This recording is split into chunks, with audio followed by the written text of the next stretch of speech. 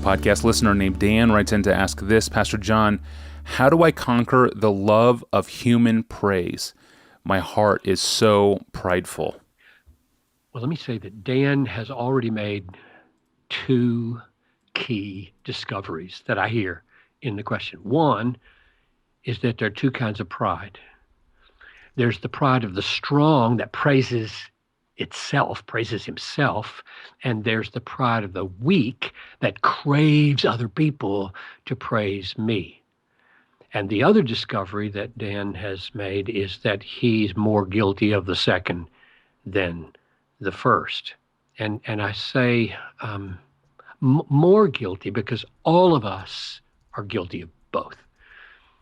Everybody draws attention to himself at some time and brags, and everybody wants other people to notice when we do something. It tastes good to be affirmed and praised. So this is a universal question. He's not unique. And it is amazing to me how directly Jesus addresses this issue in the Sermon on the Mount. Listen to this. Matthew 6:2. When you give to the needy, sound no trumpet before you, as the hypocrites do in the synagogue and in the streets, that they may be praised by others. Truly I say to you, they have received their reward. In verse 5, when you pray, you must not be like the hypocrites, for they love to stand and pray in the synagogues and at the street corners, that they may be seen by others. Truly I say to you, they have received their reward. Verse 16, when you fast, do not look gloomy like the hypocrites, for they disfigure their faces, that their fasting may be seen by others. Truly, I say to you, they have received their reward. So Jesus is amazingly aware of this issue, and he's got much to say about it. In those three statements, verse 2, verse 5, verse 16, in Matthew 6, in the Sermon on the Mount, there are three incentives to help us hate this disease of praise seeking.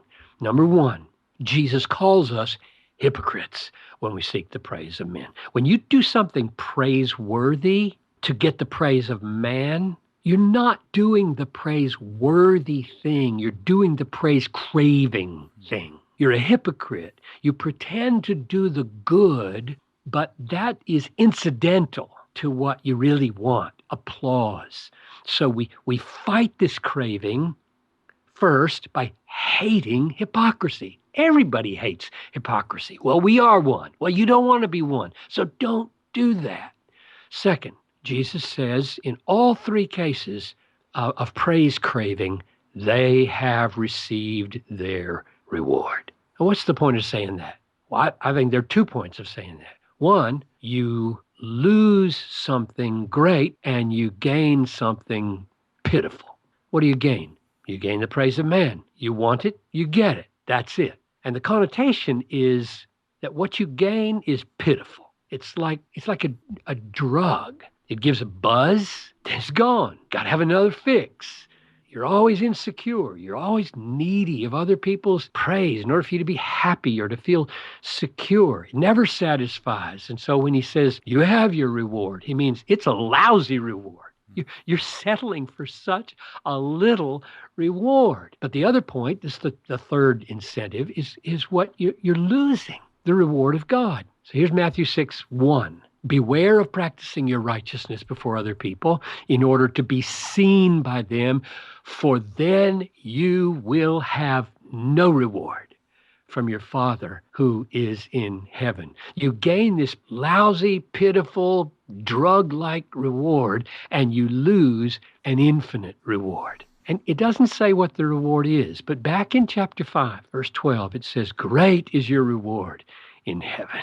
It's from God, and it is very, very great. So 3 incentives with which to kill this craving for human praise. 1, it makes you a hypocrite. We don't like hypocrites, and so let's not be one. 2, it delivers a pitiful reward. 3, it robs you of a great reward. And Paul, if we go beyond Jesus now to Paul, he fleshes out this third incentive. He says in Romans 2:29 that Christians are people whose praise is not from man, but from God.